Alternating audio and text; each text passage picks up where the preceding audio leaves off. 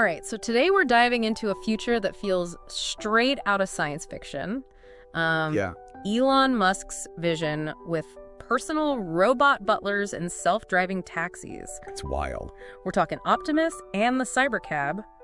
You sent us some seriously thought-provoking articles about these inventions, and this isn't just about cool gadgets. This stuff could seriously reshape our world. Yeah, it's really, really interesting how Musk is pushing the boundaries in, like, two massive tech fields. Right. Like, at the same time. Yeah, at the same time. We're talking robots that can, like, seemingly do it all with Optimus. Yeah. And then, like, totally driverless cars with the cybercab. Right. It's a lot to unpack. And unpack we shall. Yeah. Let's start with Optimus.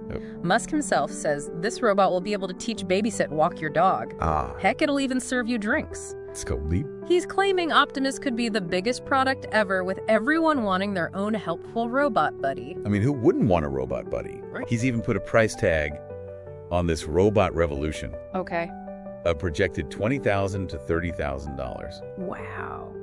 Now that's ambitious, especially considering the technology involved. Ambitious is an understatement, right? Yeah. And to like really drum up excitement at the unveiling event, they actually had Optimus robots serving drinks to the audience. What? Musk even joked for everyone to be nice to them. Oh my gosh. It's like something out of a movie, except this is really happening. I know, it's very Jetsons. It is. It was quite a show, but it also highlights the stark contrast between, like, Musk's grand vision and the reality of where we are with the technology. And I think investors kind of picked up on that. Tesla's stock actually dipped after the announcements. Yeah, what's the deal with that? Yeah. Were investors right to be skeptical? I mean, potentially. Those articles that you shared mentioned some doubts about both the cybercab's production timeline, which Musk claims is before 2027. Yeah. And its ambitious price point of under $30,000. I mean, can he really deliver on those promises? Well, the timeline and cost are definitely ambitious. Yeah. Especially when you consider the complexities of autonomous driving technology. But one of the big points of contention is Tesla's approach. Okay. Which relies heavily on cameras for navigation. So instead of the, like, more expensive LiDAR technology, that's light detection and ranging, which acts like seeing with sound waves. Yeah. Tesla is going all in on vision, just like humans do. Yep. Except with computers. Exactly. That's a pretty bold bet. It is. Is it even possible? Well, Tesla's betting big on its data sets. Okay. You see all those Teslas on the road right now? Right. They're collecting driving data constantly. Oh, wow. And that data is feeding their AI. Okay. Teaching it to recognize patterns, make decisions. So it's like essentially learn how to drive. Learning by doing. Yeah, kind of. Yeah. But it sparked a real debate in the research community. So some experts think Tesla's onto something revolutionary. Right. While others are kind of like waving red flags about safety. Yep, exactly. Okay. Some believe that this data-driven approach could be a game changer. Potentially surpassing even the precision of LiDAR. Wow. But others argue that relying solely on cameras might not be enough to guarantee safety, especially in complex, unpredictable environments. Right. And that brings us to another key point. Okay. Tesla isn't the only player in this self-driving game. Right. We can't forget about companies like Waymo Cruise, even Uber, who are already like testing out their own robo-taxi services. Yep. In fact, Waymo has been at this for years now. Yeah, they're kind of the pioneers. Are they using a similar approach to Tesla's, or are they sticking with LiDAR? Waymo's been a big proponent of LiDAR. Okay. Seeing it as crucial for accurate navigation. Okay. But it's worth noting that even with LiDAR, these companies have faced their own set of challenges. Yeah. There have been accidents. Right. And the public remains understandably cautious. It's a reminder that even with the most advanced technology, autonomous driving is incredibly complex, and achieving true safety is still a work in progress.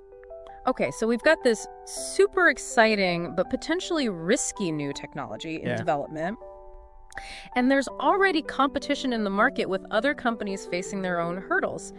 What does this all mean for the average person? Right. Will Optimus and the cybercab even be affordable for most people, or are we talking luxury items here? That's the million-dollar question. So are we talking about a future where, like, the wealthy have robot butlers and driverless cars while everyone else is struggling to keep up? Yeah, that's the...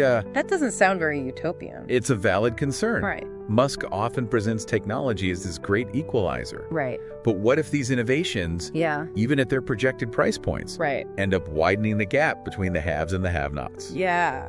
Think about it.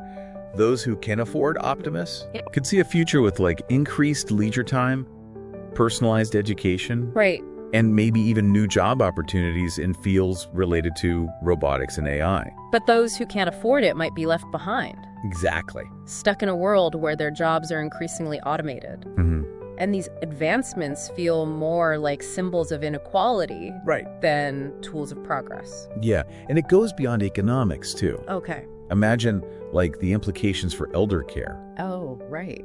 Will those who can afford Optimus have personalized care for aging loved ones? Yeah. While others struggle to find, like, affordable and reliable assistance. That's a really good point. It's a potential game changer. Yeah. And not necessarily in a way that benefits everyone equally. So it's not just about the technology itself, right, but about how its development and distribution are managed. Exactly. And who gets to call the shots. It seems like we need like a broader conversation about the potential consequences. Absolutely. And ensuring that everyone benefits from these advancements. I completely agree. Well said. I think that about wraps up our deep dive for today.